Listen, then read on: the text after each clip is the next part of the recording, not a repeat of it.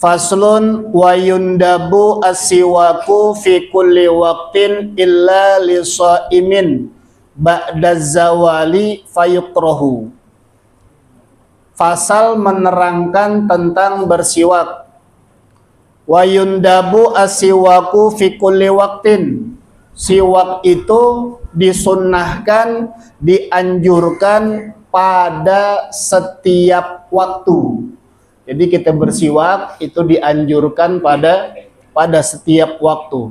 Illa li shaimin ba'da zawal, kecuali bagi orang yang berpuasa bersiwak itu setelah tergelincirnya matahari, maka hukumnya fayukrahu, dimakruhkan. Dimakruhkan. Tapi ada juga kemarin kita bahas bahwasanya Al-Imam An-Nawawi itu memutlakan, meskipun bagi orang yang sedang berpuasa setelah matahari tergelincir dia bersiwak, itu hukumnya tetap sunnah, tidak makruh. Hukumnya tetap sunnah dan tidak makruh.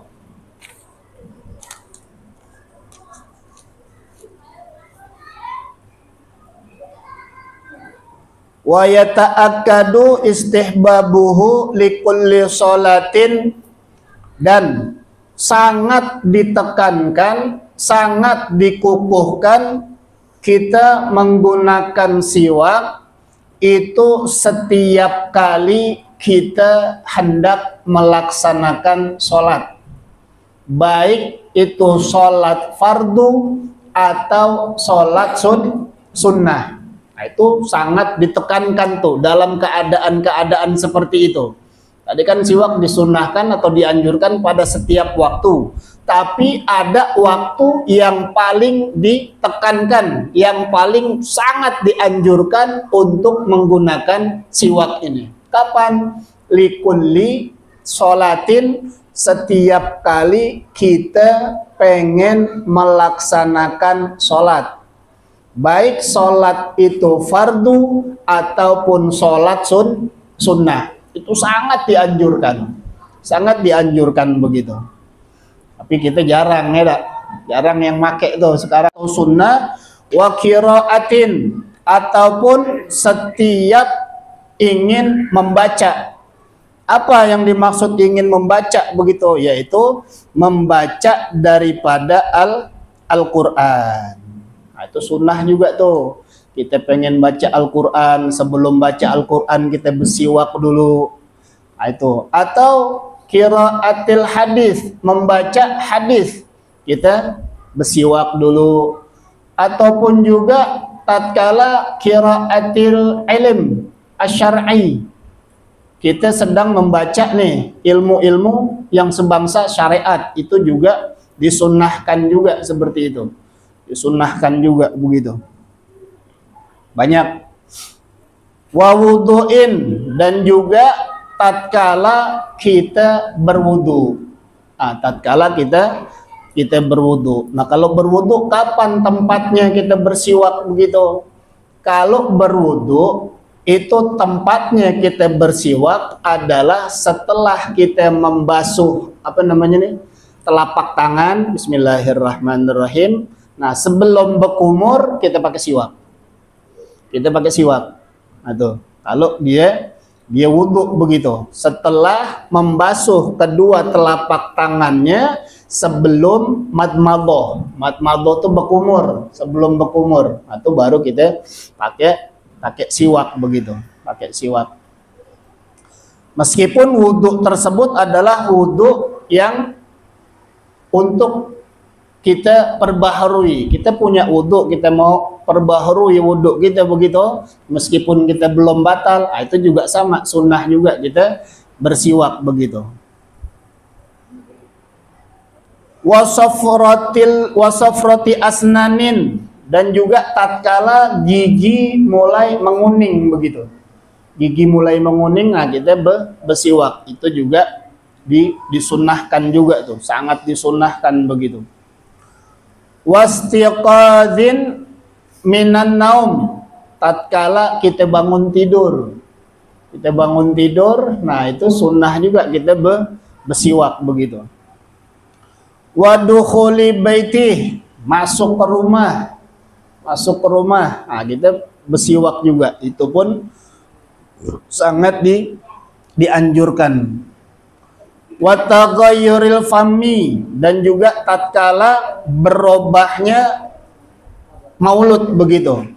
Bukan berubahnya mulut dari begini kemudian begini, bukan. Yang dinamakan berubahnya mulut adalah min akli kulli karihri, setiap dia makan sesuatu yang mempunyai bau yang kurang enak. Makan jengkol, nah, habis makan jengkol itu sunnah bersiwak. Makan pete itu sunnah bersiwak. Makan apa lagi, bawang, itu sunnah juga bersiwak tuh. Pokoknya makan makanan yang mempunyai daripada bau yang kurang sedap begitu. Bau yang kurang sedap. Watarki aklin, dan juga karena meninggalkan makan. Kita nggak makan lama itu juga dapat menyebabkan bau mulut kita kurang sedap. Coba kayak puasa tuh. Puasa kan kita juga meninggalkan makan. Lama juga tuh meninggalkan makan nih. Nah, itu apa namanya? Sunnah untuk berpuasa begitu. Untuk bersiwak, untuk bersiwak. Wa yujzi'u bi kulli khasinin, dan siwak itu mencukupi kepada setiap sesuatu yang kasar, Apa contohnya? Kayak apa, sapu tangan bisa tuh dipakai untuk bersiwak kalau kita nggak punya siwak yang dari kayu arok, ataupun nah ujung-ujung daripada baju kita, aduh lupa kebawa siwak begitu, nah kita pakai ini, hasil tuh mencukupi begitu, mencukupi, boleh.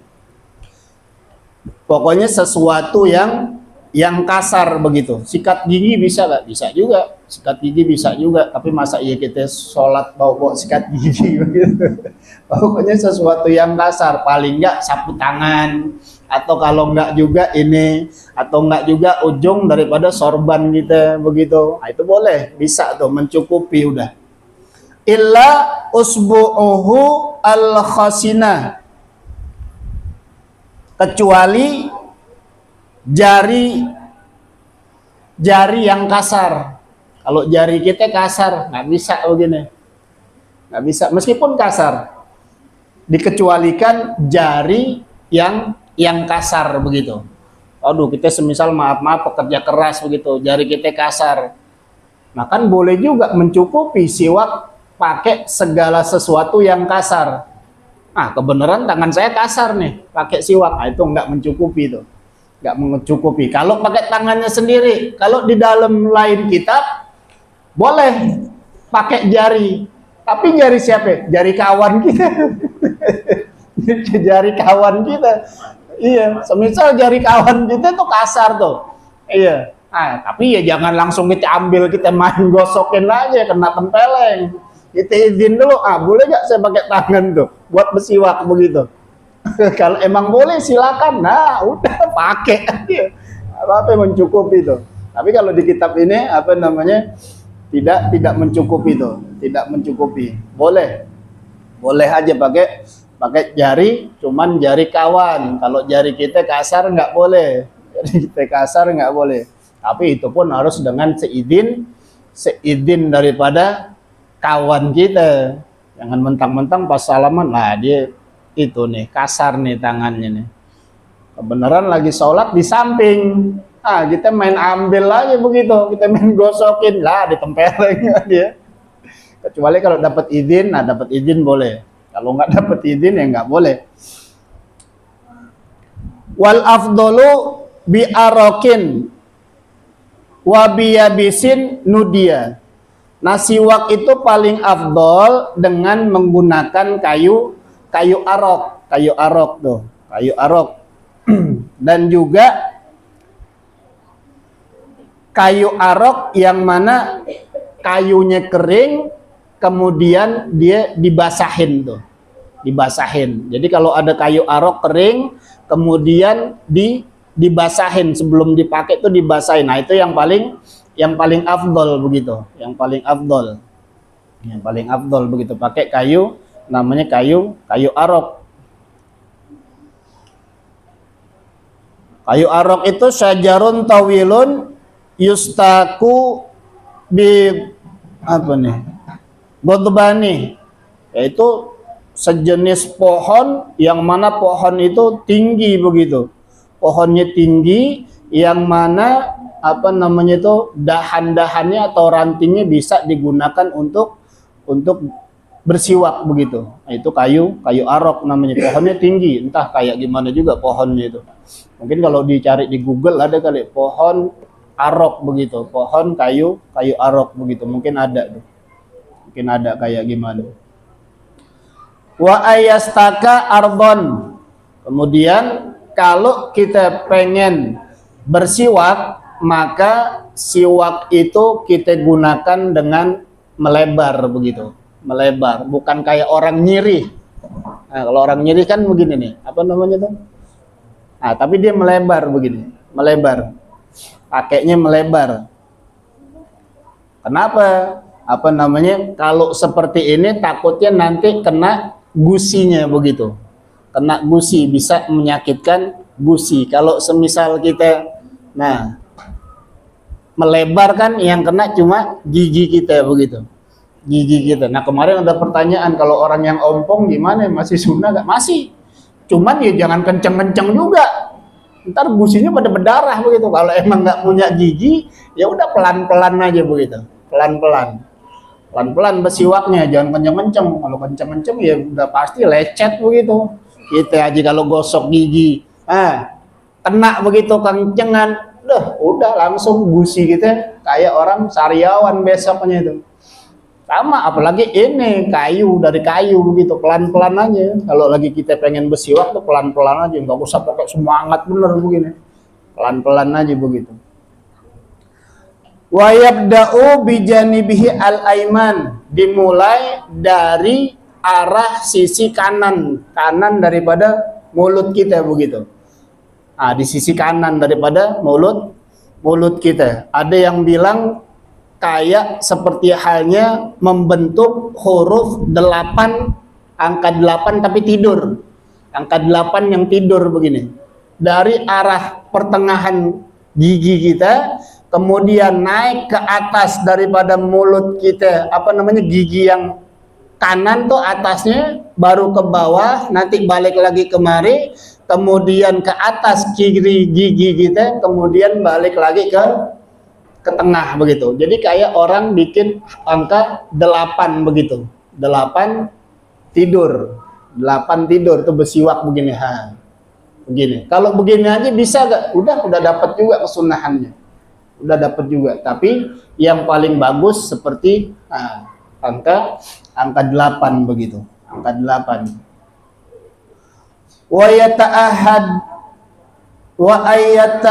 yata'ahada karosi adrasihi, dan juga memperhatikan daripada pangkal gerahamnya dia. Nah, diperhatiin juga tuh pangkal gerahamnya juga disiwakin begitu, disiwakin. Wa yanwiya bisunnah, dan juga kalau kita bersiwak, kalau pengen mendapatkan daripada pahala siwak, itu sunnah kita niat begitu. Niat. Jadi kalau cuman kita pakai aja begini, kita nggak berniat, nggak dapat juga pahalanya. Nggak dapat juga. Harus niat begitu. Harus niat. Niatnya gimana? Pakai bahasa Indonesia bisa. Saya niat bersiwak. Bisa tuh, bisa. Kalau nggak bisa bahasa Arabnya begitu, saya niat bersiwak. Nah, begitu. Tapi kalau yang pas kita lagi wudhu, itu nggak pakai niat nggak apa-apa.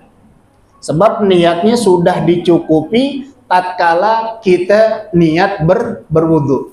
Tapi selain itu, maka wajib niat kalau pengen mendapatkan kesunahan kesunahan niatnya. Nah, kesunahan niat untuk bersiwak. Jadi biar kita dapat pahala yang banyak begitu. Kalau nggak bersiwak maka nggak niat maka nggak dapat kesunahannya. Dan kalau di dalam kitab yang lain itu sunnah kita wa yusannu ayyabla'a riqahu waqta wad istiwak fil fami. Sunnah kita menelan daripada ludah kita tatkala kita meletakkan siwak di di mulut kita. Di mulut kita sebelum kita menggerakkannya. Jadi sebelum kita menggerakkan siwak, itu kita letakkan siwak kita, nah itu kita telan tuh daripada ludah kita. Telan, tapi sebelum diobah begini, digerak-gerakin begitu, banyak kita telan begitu. Kenapa demikian? Menurut Qil, inna dzalika amanun minal juzam, bisa selamat dari penyakit juzam, penyakit kusta atau penyakit lepra begitu. Yang maaf bisa protol sendiri begitu. Bisa protol sendiri tuh daging-dagingnya. Ataupun juga bisa selamat dari penyakit baros belang begitu, penyakit belang. Jadi kayak ada putih di tangan begitu atau kayak gimana, kayak orang kebakar begitu. Kayak orang kebakar kan ada putih tuh. Nah, itu penyakit baros kayak seperti itu, merah dia. Merah. Nah, itu kalau kita telan sebelum kita menggerakkan daripada siwak kita, ludah kita banyak-banyak, itu salah satu manfaatnya adalah kita selamat dari penyakit lepra atau kusta dan juga penyakit baros, belang, penyakit baros atau belang begitu. Wa min kulli da'in siwal maut, dan juga bisa menjadi obat daripada segala penyakit kecuali mati. Nggak taunya begitu ya. Kita kalau sebelum make ini kita telan tuh bisa jadi obat segala penyakit juga. Kecuali kematian. Kalau kematian emang udah nggak ada obatnya, udah nggak ada obatnya. Nah, semua penyakit itu ada obatnya, tapi juga mungkin sebagian juga nggak ada obatnya atau belum ditemuin begitu, Wala yabla'u riqahu ba'dahu, dan jangan kita menelan daripada ludah kita tatkala setelah kita gerakin begitu, setelah kita pakai siwak. Nah, itu kita telan begini, itu nggak boleh, jangan. Kenapa? Karena innahu yurisul waswas, bisa menyebabkan waswas nantinya. Waswas apa ya? Waswas tuh, orang waswas tuh kayak orang semisal mau takbir nggak jadi begitu. Nah, itu waswas tuh, Allah begitu. Nah, itu waswas. Nah, takutnya kalau setelah kita gerakin, kita pakai, kita hisap begitu, kita telan ludahnya, nah itu bisa menyebabkan daripada penyakit waswas, Wa yukrahu ayyazida tuluhu ala shibrin mu'tadilin. Makruh kalau panjang siwak ini itu melebihi daripada sejengkal. Nah, kalau lebih dari sejengkal itu makruh hukumnya.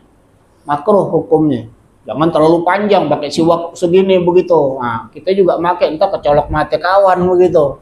Jangan panjang-panjang, melebihin daripada sejengkal. Jangan, makruh hukumnya. Makruh. Kenapa? Karena inna syaitan yarkabu ala zaid. Nah, ada yang menurut Qil bahwasanya kalau lebih dari sejengkal, nanti lebihnya ini itu ada setan yang naikin di situ. Ada setan yang naikin daripada siwak kita.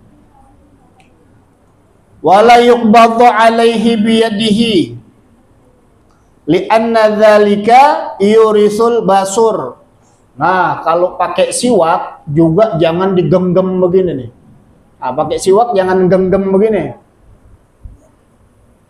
Kenapa? Kalau pakai siwak caranya digenggam begini, digenggam begini, itu bisa menyebabkan malah penyakit basur. Basur tuh penyakit apa namanya tuh? Ambeien begitu. Ambeien, wasiran. Kalau pakai siwak begini. Iya. Pakai emang dipakai siwak, tapi caranya salah. Digenggam begini. Itu bisa menyebabkan dia punya penyakit wasir. Cara megangnya gimana? Cara megang siwak begini.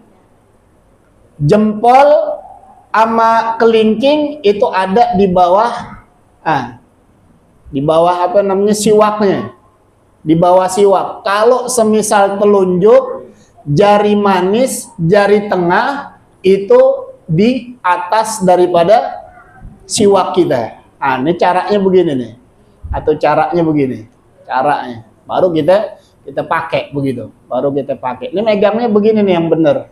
Bukan digenggam begitu, bukan digenggam sekali lagi tuh.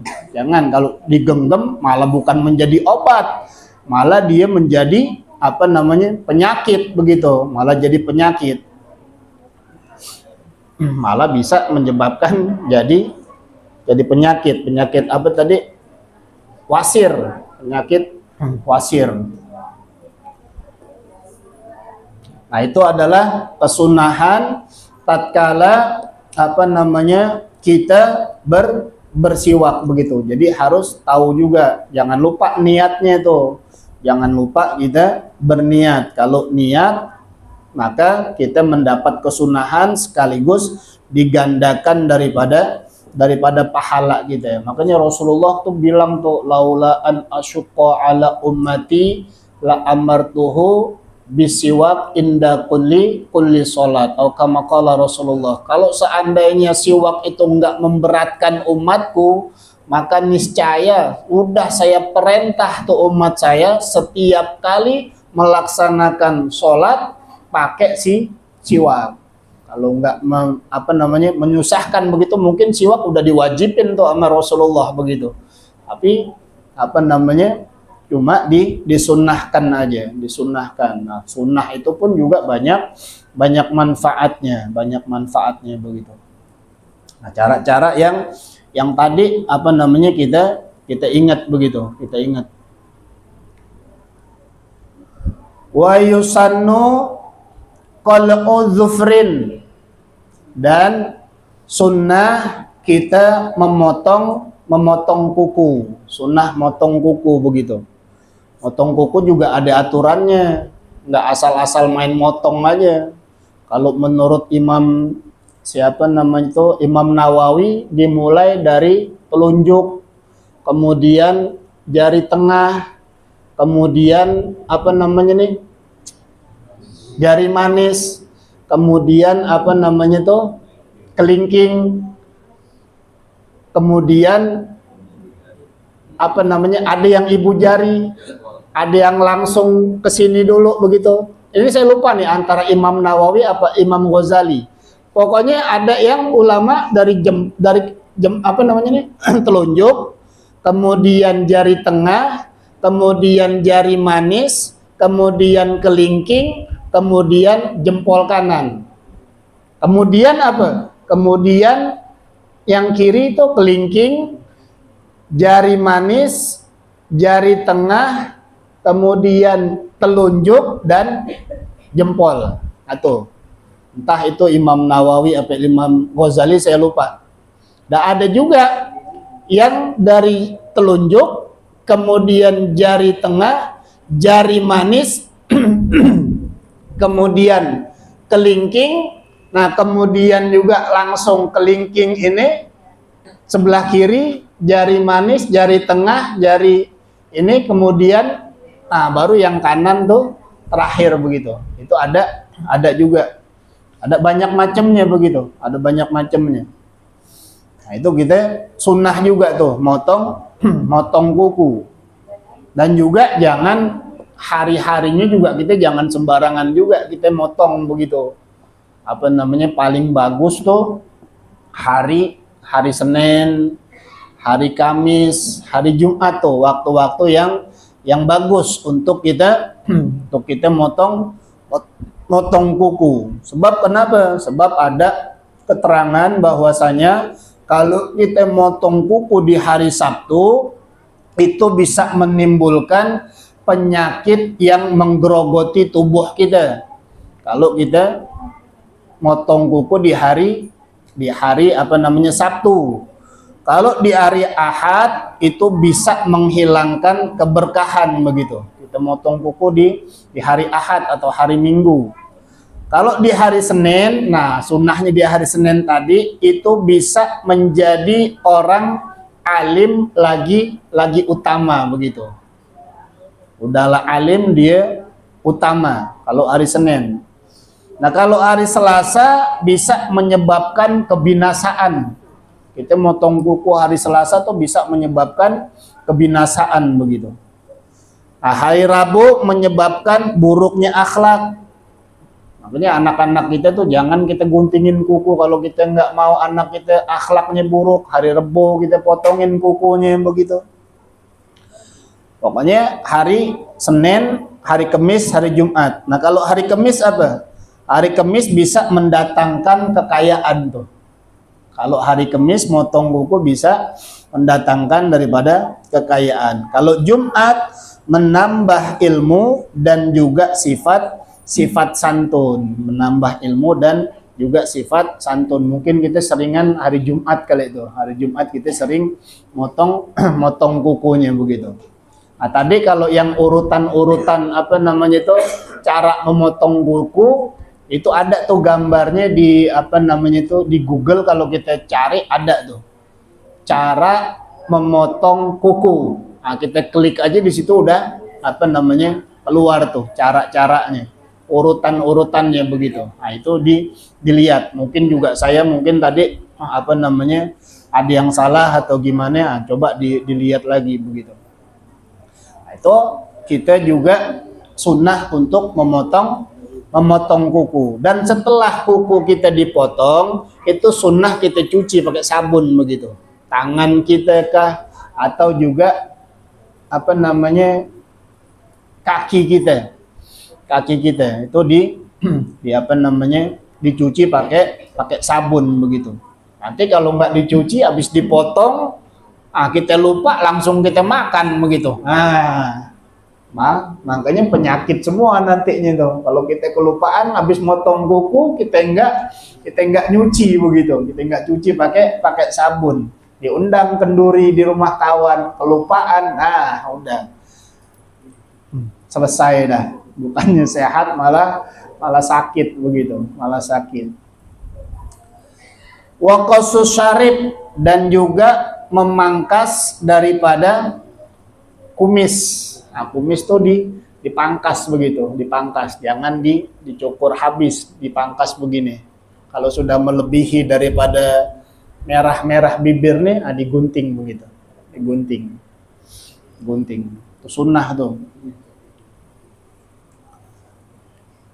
Wa natfu ibti, sebelum kita tutup mungkin ada pertanyaan yang pengen ditanyain begitu. Masih ada waktu berarti 5 menit kali. Masih ada waktu 5 menit lagi.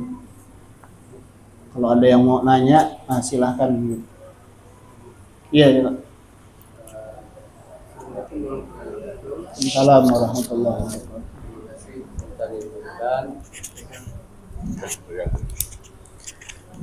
Yang ingin saya tanyakan Pak Ustadz, bahwa husuknya salat atau sahnya salat itu berangkat dari wudhu kan gitu Pak Ustadz, dari wudhu. Jadi kalau wudhunya benar, nanti baru salatnya kemungkinan bisa benar kan gitu Pak. Nah, cuman berwudhu ini Pak Ustadz, kadang-kadang kita ada yang was-was ini, sehingga kita menggunakan air itu sangat berlebihan. Nah, seperti cuci tangannya sampai 10 kali, cuci muka 10 kali, kakinya 10, tangannya 10. Kemudian saya ulang pula lagi nih, kalang kiri itu. Nah, ini. Saya ulang pula lagi kaki ke atas nih, dari lutut ke bawah. Bagaimana itu Pak Ustadz? Itu hukumnya apakah sudah benar yang itu karena sedang was-was itu tadi mungkin ya. Itu yang pertama. Yang kedua, sholat berjamaah Pak Ustadz. Nah, saya ini bersolat berjamaah, tetapi bacaan saya ini kuat Pak Ustadz, sehingga mengganggu teman saya di samping. Iya, iya. Nah, karena mungkin saya kurang merasa merasa puas kalau bacaan sedikit. Iya. Nah, tak dengar gitu, sehingga mengganggu orang lain. Ya, jadi bagaimana Pak Ustadz ini hukumnya? Iya. Adab ini, karena adab berjamaah itu tentu beda dengan adab yang sholat sendiri. Nah, jadi yang dicontohkan oleh Nabi kita, yang bagaimana baik wuduknya yang benar tadi, kemudian masalah sholat berjamaah. Iya. Itu aja Pak Ustaz. Iya, iya. Memang wudhu itu adalah kunci sholat. Kunci sholat tuh wudhu begitu. Wudhu miftahus sholat. Pembuka dari sholat itu adalah wudhu. Kalau wudhunya enggak benar, dia enggak tahu rukun-rukunnya, maka wudhunya itu salah. Kalau wudhunya salah, dia sholat atau wudhunya enggak sah, dia sholat, maka sholatnya pun enggak sah begitu. Nah, di dalam berwudhu ini memang kita dimakruhkan untuk melakukan israf, berlebih-lebihan dalam menggunakan air. Itu nggak boleh. Ataupun apalagi sampai kayak 10 kali dibasuh, kemudian muka saking was-wasnya tadi, saking punya penyakit was-was tersebut.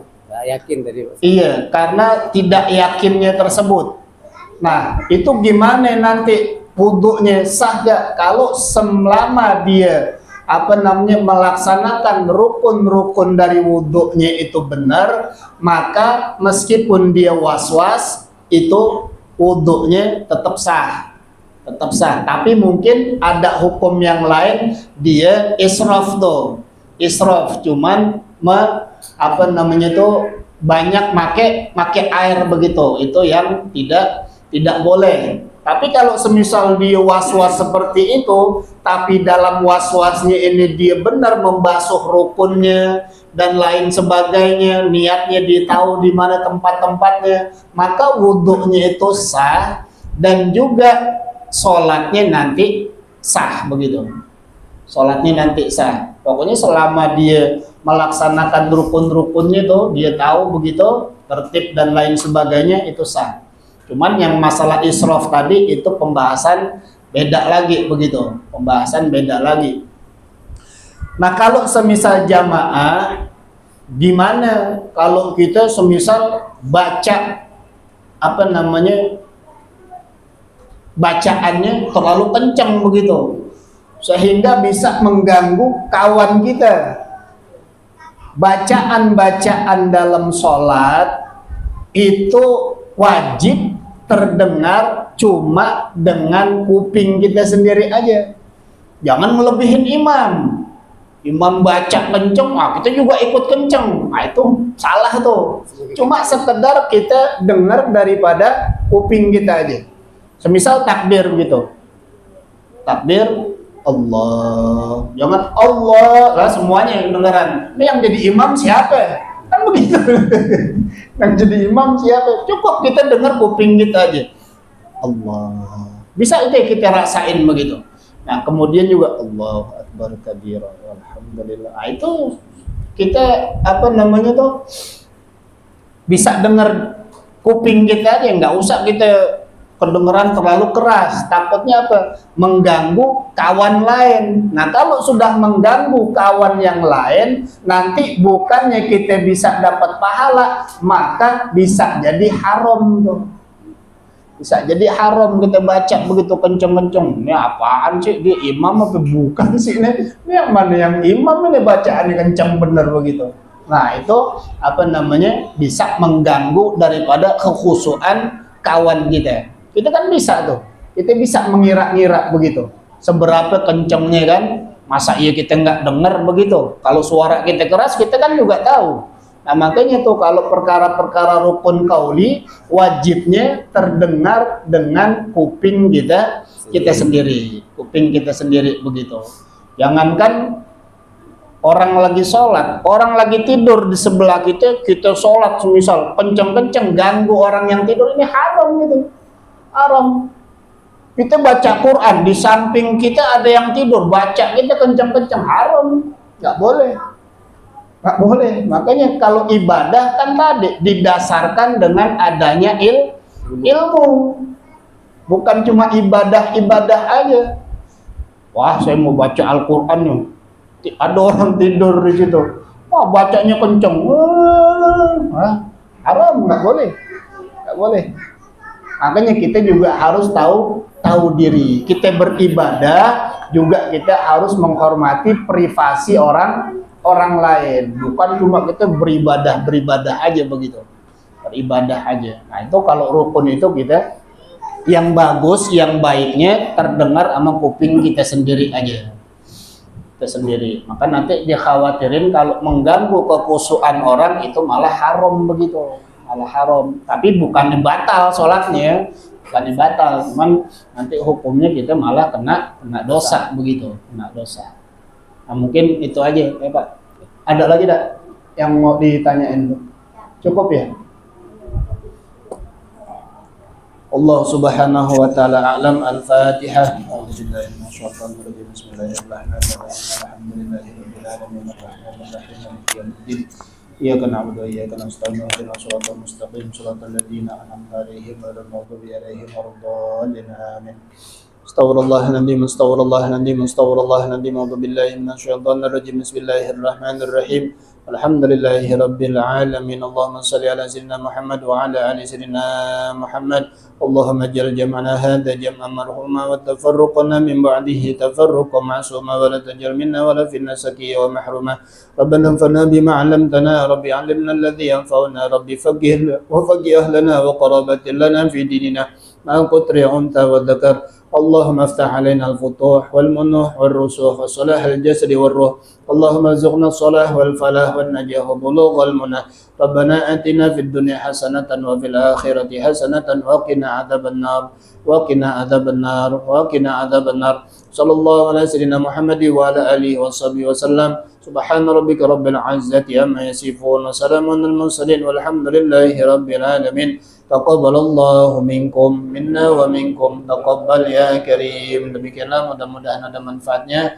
Kurang lebihnya mohon maaf. Assalamualaikum warahmatullahi wabarakatuh.